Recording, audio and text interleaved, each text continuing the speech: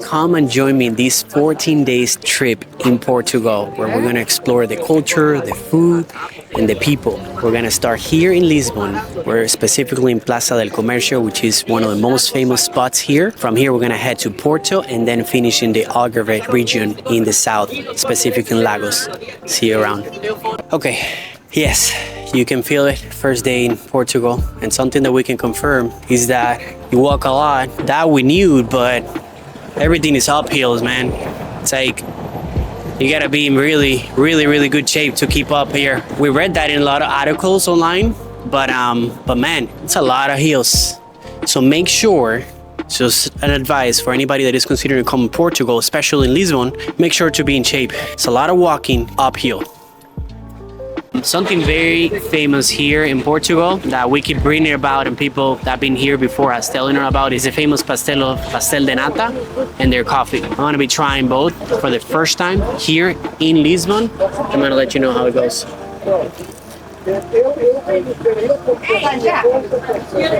Wow. That didn't disappoint at all. Wow. So good. The other thing that is very famous here is the coffee. And as you know, coffee is my thing, guys.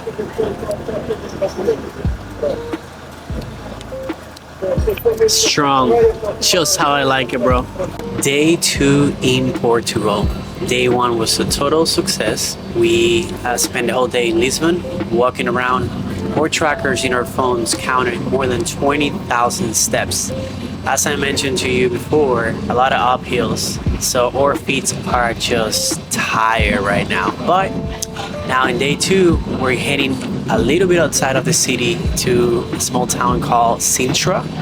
It's an older resort area with castles, palaces, where people in the old days used to come here to vacation. According to all the pictures that we've seen, it's beautiful. Looking forward to that and bring you more too. So here we are in Sintra in the famous initiation well. What is this called, baby?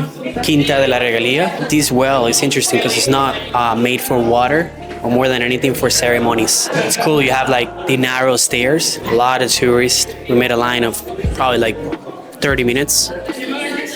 But the design is so cool. Look down there.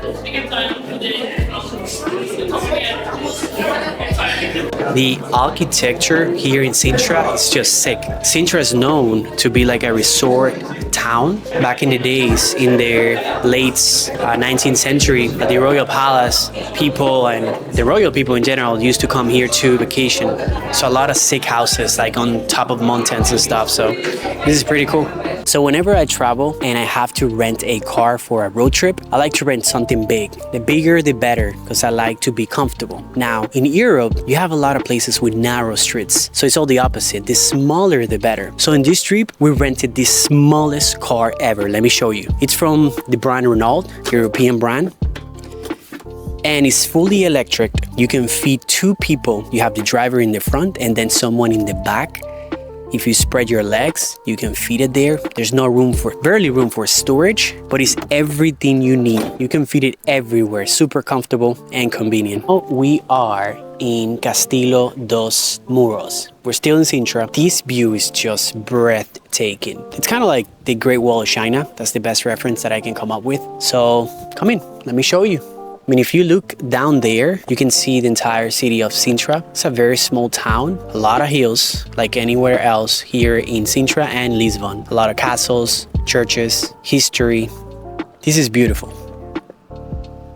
So this is day 3 in Lisbon. We decided to come to the west side of town. We're currently in Monasterio dos Jerónimos. We made a line of like 30-35 minutes under the sun, but it was all worth it. This place is beautiful. If you ever come to Lisbon, I recommend it. It's all worth it. As you can see, check it out for yourself. But I do believe that we Americans should learn from Europeans. And I say Europeans because I've seen these in a lot of different countries here, is how they embrace simplicity. Look how in a regular Friday afternoon, there's a lot of people just chilling on the grass, just having a good time.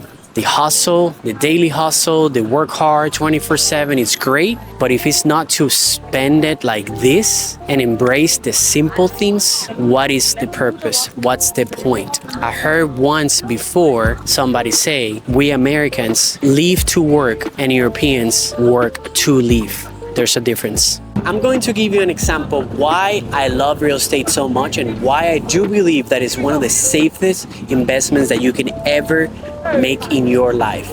Right behind me, there's a McDonald's, the largest food franchise in the world with more than 40,000 locations right here in the city center of Porto, Portugal, next to the river where all the tourists are.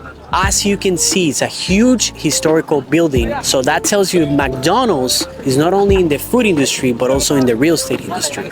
So we're currently in the Douro Valley region. We drove like an hour west of the city of Porto in Portugal. This place is very famous because of all the vineyards and all the wine. This is where the port wine is produced. The cool thing about this place is that to get here, you gotta drive. One of the ways to get here is to drive next to the Douro River. It's one of the most iconic sceneries that you can see. Imagine this place like Napa Valley or Sedona, or in steroids. We're about to get into a wine tasting tour here and try some port wine, which I heard that is very strong and tasty. So I'm very much looking forward to that. So we're in Playa Benagil. We're about to jump into those kayaks and get to this very cool cave. It's called Benagil Cave. I'm gonna show you the pictures after because it looks amazing. It's kind of like an open cave at the top and where a lot of people take like beautiful shots. Looking forward to that. We're literally 7 a.m. here looking at this beautiful sunrise. The water is super calm and the weather is super nice.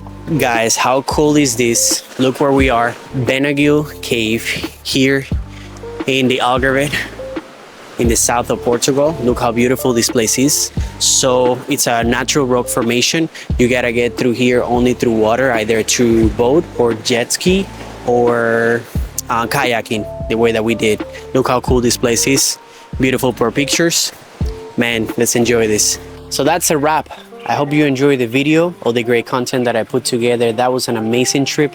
Portugal definitely didn't disappoint. Time to go back home to my routine, to keep working hard, making more money, to keep traveling. Make sure, guys, that you subscribe to the YouTube channel because more great content will continue.